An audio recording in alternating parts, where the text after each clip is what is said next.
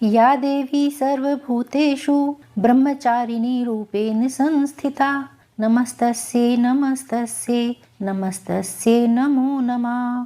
बोलिए माँ ब्रह्मचारिणी की जय। नवरात्रि के दूसरे दिन माता के ब्रह्मचारिणी स्वरूप की पूजा की जाती है। आज की हमारी इस वीडियो में आप सुनेंगे कि माता का यह नाम कैसे पड़ा और साथ ही दुर्गा सप्तशती के दूसरे और तीसरे अध्याय को भी सुनेंगे। माँ दुर्गा की नव शक्तियों का दूसरा स्वरूप देवी ब्रह्मचारिणी का है। यहाँ ब्रह्म शब्द का अर्थ है तपस्या अर्थात तप की चारिणी, तप का आचरण करने वाली। जब माँ आदि शक्ति ने पर्वतराज हिमालय के घर में पुत्री के रूप में जन्म लिया, तब नारद जी के उपदेश से इन्होंने भगवान शंकर जी को अपने पति के रूप में प्राप्त करने के लिए कठिन तपस्या की।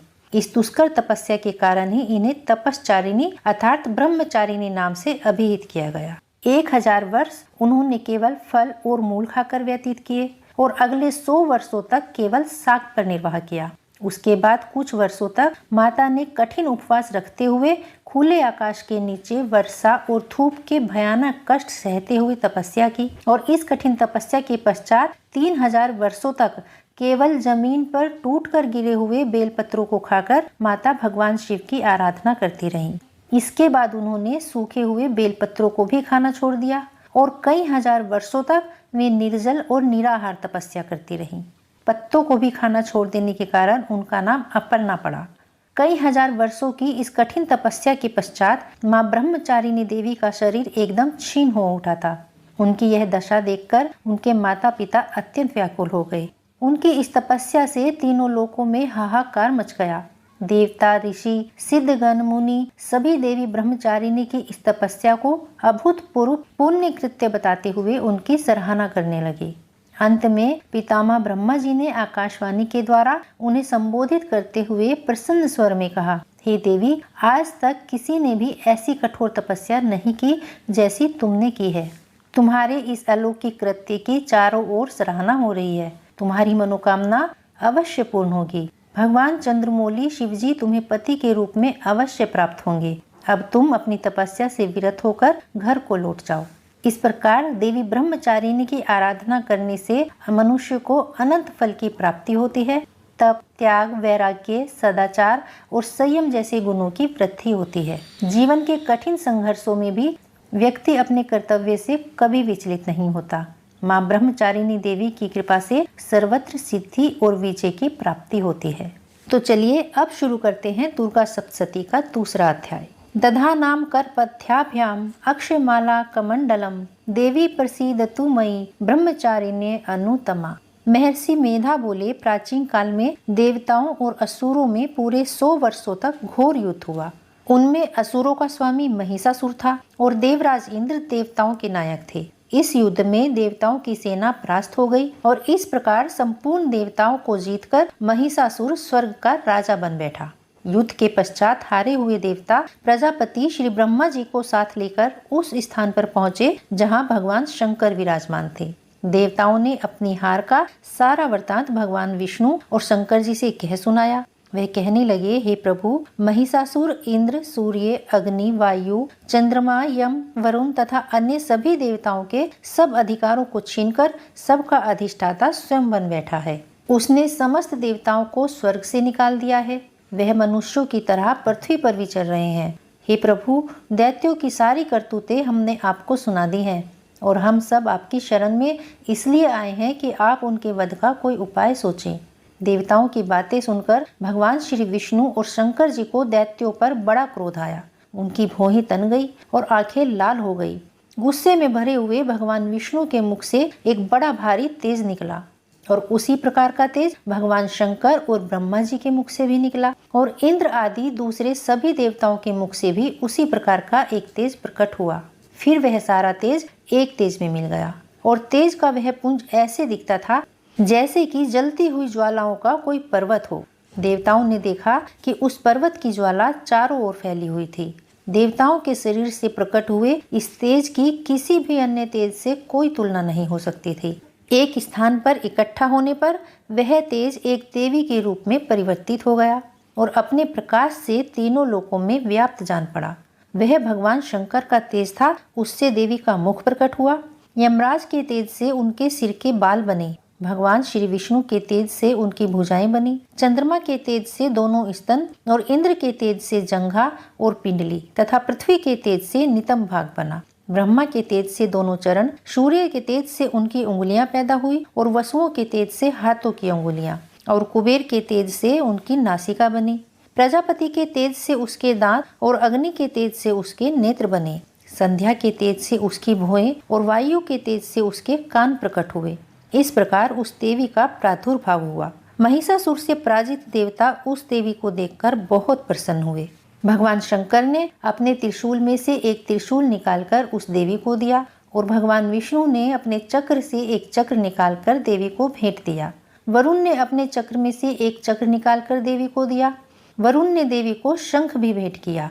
अग्नि ने इसे शक्ति दी। वायु ने धनुष और बाण दिए। सहस्त्रों नेत्रों वाले श्री देवराज इंद्र ने उसे अपने वज्र से उत्पन्न करके एक वज्र दिया और ऐरावत हाथी का एक घंटा उतारकर देवी को भेंट किया। यमराज ने काल दंड में से लेकर एक दंड दिया। वरुण ने उन्हें पाश दिया। प्रजापति ने स्फटिक की माला दी और ब्रह्मा जी ने कमंडल दिया। सूर्य ने देवी के समस्त रोमों में अपनी किरणों का तेज भर दिया। काल ने उन्हें चमकती हुई ढाल और तलवार दी तथा उज्जवल हार और दिव्य वस्त्र उन्हें भेंट किए और इनके साथ ही उन्हें दिव्य चूड़ामणि भी दी। 2 कुंडल, कंगन, उज्जवल अर्धचंद्र, बाहों के लिए बाजूबंद, चरणों के लिए नुपुर, गले के लिए सुंदर हंसली और उंगलियों के लिए रत्नों की बनी हुई अंगूठियां उन्हें दी। विश्वकर्मा ने उनको फरसा दिया और उसके साथ ही कई प्रकार के अस्त्र और अभेद्य कवच भी दिए। इसके अतिरिक्त उसने उन्हें कभी न कुम्हलाने वाले सुंदर कमलों की मालाएं भेंट की। समुद्र ने सुंदर कमल का फूल भेंट किया। हिमालय ने सवारी के लिए सिंह और तरह तरह के रत्न देवी को भेंट किए। यक्षराज कुबेर ने मधु से भरा हुआ पात्र और शेष नाग ने उन्हें बहुमूल्य मणियों से विभूषित नागहार भेंट किया। इसी तरह दूसरे देवताओं ने भी उन्हें आभूषण और अस्त्र देकर उनका सम्मान किया। इसके पश्चात देवी ने उच्च स्वर से गर्जना की। उनके इस भयंकर नाद से पूरा आकाश गूंज उठा। देवी का वह उच्च स्वर से किया हुआ नाद आकाश में समा न सका। आकाश भी उसके सामने छोटा प्रतीत होने लगा। उससे बड़े जोर की प्रतिध्वनि हुई जिससे समस्त विश्व में हलचल मच गई। समुद्र कांप उठा, पृथ्वी डोलने लगी और सब के सब पर्वत हिलने लगे। देवताओं ने उस समय प्रसन्न होकर सिंह वाहिनी जगतमयी देवी से कहा, हे देवी तुम्हारी जय हो। इसके साथ ही महर्षियों ने भक्ति भाव से विनम्र होकर उनकी स्तुति की। संपूर्ण त्रिलोकी को शोकमग्न देखकर दैत्यगण अपनी सेनाओं को साथ लेकर और हथियार आदि सजाकर उठ खड़े हुए। उस समय महिषासुर के क्रोध की कोई सीमा नहीं थी। उसने क्रोध में भरकर कहा, यह सब क्या उत्पात है? और फिर वह अपनी सेना के साथ उस ओर दौड़ा जिस ओर से भयंकर नाद का शब्द सुनाई दिया था और आगे पहुंचकर उसने देवी को देखा जो कि अपनी प्रभा से तीनों लोकों को प्रकाशित कर रही थी। उनके चरणों के भार से पृथ्वी दबी जा रही थी। माथे के मुकुट से आकाश में एक रेखा सी बन रही थी। उनके धनुष की टंकार से सब लोग क्षुब्ध हो रहे थे। देवी अपनी सहस्त्रों भुजाओं को संपूर्ण दिशाओं में फैलाए खड़ी थी। इसके पश्चात उनका दैत्यों के साथ युद्ध छिड़ गया और कई प्रकार के अस्त्र शस्त्रों से सब की सब दिशाएं उद्भाषित होने लगी। महिषासुर की सेना का सेनापति चिक्षुर नाम का एक महान असुर था। वह आगे बढ़कर देवी के साथ युद्ध करने लगा और दूसरे दैत्यों की चतुरंगिनी सेना साथ लेकर चामर नामक एक राक्षस और लड़ने लगा और 60,000 महारथियों को लेकर उदग्र नाम का महादैत्य आकर देवी से युद्ध करने लगा और महाहनु नामक असुर 1 करोड़ रथियों को साथ लेकर, असीलोमा नामक असुर 5 करोड़ सैनिकों को साथ लेकर युद्ध करने लगा। वास्कल नामक असुर 60 लाख असुरों के साथ युद्ध में आ डटा। विडाल नामक असुर 1 करोड़ रथियों सहित लड़ने को तैयार था। इन सबके अतिरिक्त और भी हजारों असुर हाथी और घोड़ों को साथ लेकर लड़ने लगे और इन सब के पश्चात महिषासुर करोड़ों रथियों, हाथियों और घोड़ों सहित वहां आकर देवी के साथ युद्ध करने लगा। सभी असुर तोमर, फिंदीपाल, शक्ति, मूसल, खड़ग, फरसों और पट्टियों के साथ रणभूमि में देवी के साथ युद्ध करने लगे। कई शक्तियां फेंकने लगे तो कोई अन्य शस्त्रादि। इसके पश्चात सबके सब दैत्य अपनी अपनी तलवारें हाथ में लेकर देवी की ओर दौड़े और उसे मार डालने का उद्योग करने लगे। मगर देवी ने क्रोध में भरकर खेल ही खेल में उन सब अस्त्र शस्त्रों को काट डाला। इसके पश्चात ऋषियों और देवताओं ने देवी की स्तुति आरंभ कर दी और वह प्रसन्न होकर असुरों के शरीरों पर अस्त्र शस्त्रों की वर्षा करती रही। देवी का वाहन भी क्रोध में भरकर दैत्य सेना में इस प्रकार विचरने लगा जैसे कि वन में दावानल फैल रहा हो। युद्ध करती हुई देवी ने क्रोध में भरकर जितने श्वासों को छोड़ा वहां तुरंत ही सैकड़ों हजारों गणों के रूप में परिवर्तित हो गई।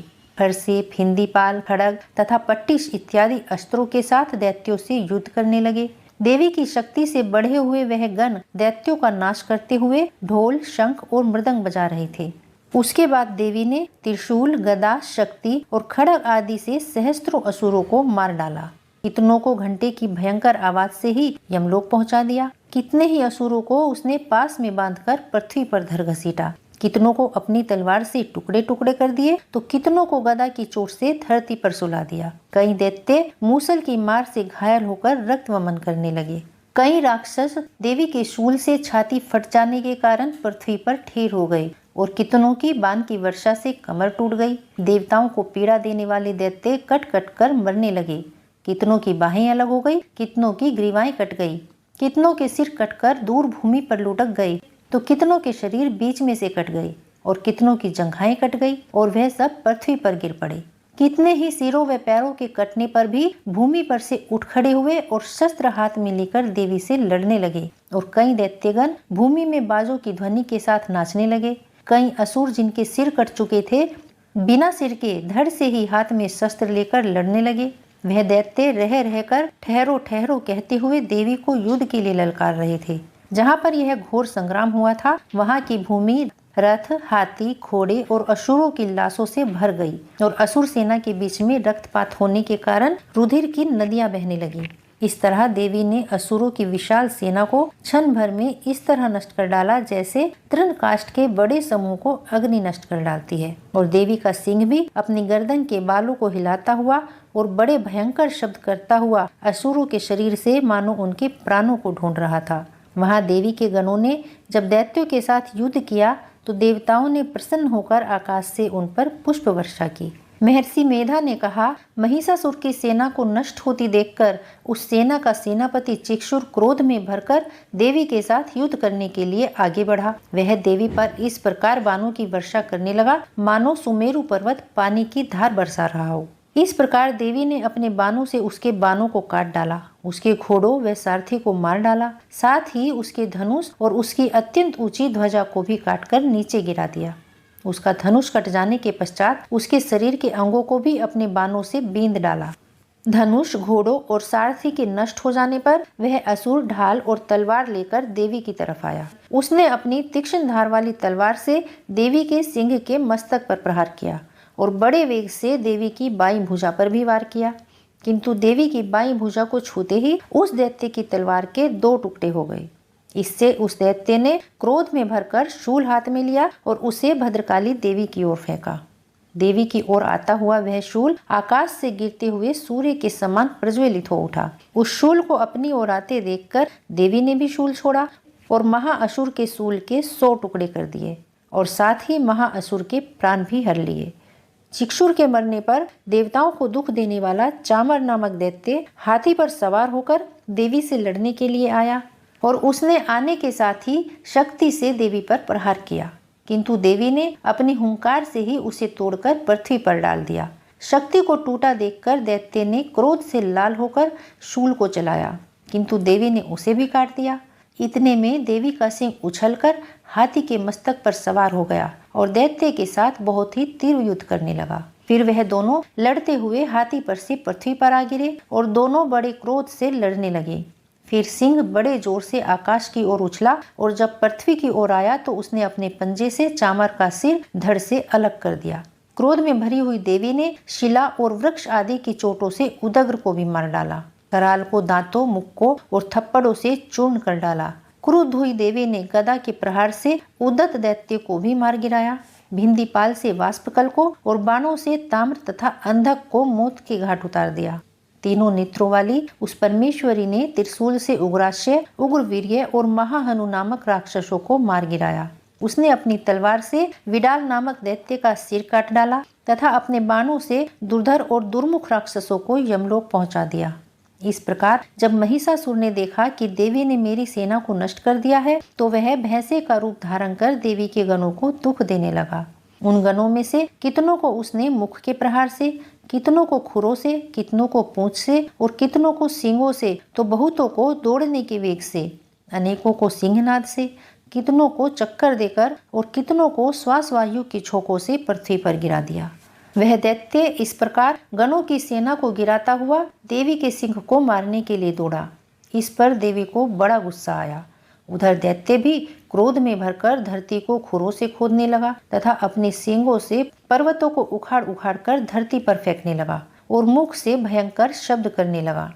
महिषासुर के वेग से चक्कर देने के कारण पृथ्वी इक्षुब्ध होकर फटने लगी। उसकी पूंछ से टकराकर समुद्र चारों ओर फैलने लगा। हिलते हुए सींगों के आघात से मेघ खंड खंड हो गए और श्वास से आकाश में उड़ते हुए पर्वत फटने लगे। इस तरह क्रोध में भरे हुए उस राक्षस को देखकर चंडिका को भी बड़ा क्रोध आया और वह उसको मारने के लिए क्रोध में भर गई। देवी ने पास फेंककर दैत्य को बांध लिया। उसने बंध जाने पर दैत्य का रूप त्याग दिया और सिंह का रूप बना लिया और जो ही देवी उसका सिर काटने के लिए तैयार हुई तो उसने पुरुष का रूप बना लिया, जो कि हाथ में तलवार लिए हुए था। देवी ने तुरंत ही अपने बाणों के साथ उस पुरुष को उसकी तलवार और ढाल सहित बींध डाला। इसके पश्चात वह दैत्य हाथी के रूप में दिखाई देने लगा और अपनी लंबी सूंड से देवी के सिंह को खींचने लगा और गर्जना करने लगा। देवी ने अपनी तलवार से उसकी सूंड काट डाली। तब उस राक्षस ने एक बार फिर भैंसे का रूप धारण कर लिया और पहले की तरह चर अचर जीवों सहित समस्त त्रिलोकी को व्याकुल करने लगा।